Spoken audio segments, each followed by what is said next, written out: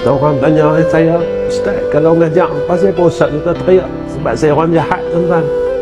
Tuan-tuan tak apalah, tuan-tuan orang baik. Saya sebab saya orang jahat. Kadang-kadang saya tanya diri saya sendiri, maukah Allah ampunkan dosa aku? Maukah Allah ampunkan dosa aku? Kesilapan aku, kejahatan aku. Saya pernah tanya tuan-tuan diri saya, tapi saya pujuk diri saya, tuan-tuan. Saya kata, rahmat Rizam, rahmat Allah ni luah.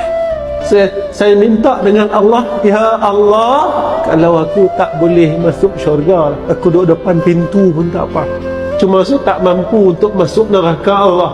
Walaupun aku tak boleh nak dapat nikmat syurga, saya dapat tengok ahli syurga pun jadilah, tuan-tuan.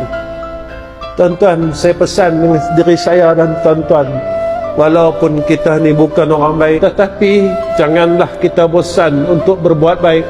Sebab Allah Subhanahu wa ta'ala sentiasa melihat hamba-Nya. Kita jatuh dan bangun dengan kejahatan, kita jatuh buat jahat, jangan terus jatuh, khususnya anak-anak muda. Kami telah melalui zaman muda seperti mana kalian. Kami rasa ingin berpatah balik untuk mendapat rahmat daripada Allah Subhanahu wa ta'ala, tetapi perkara itu tidak mungkin berlaku pada hidup kami kerana umur kami berada pada umur kematian. Kami yang berumur ini berharap agar Allah terima seluruh amal ibadat kami, walaupun sisa-sisa amalan yang kita mampu buat.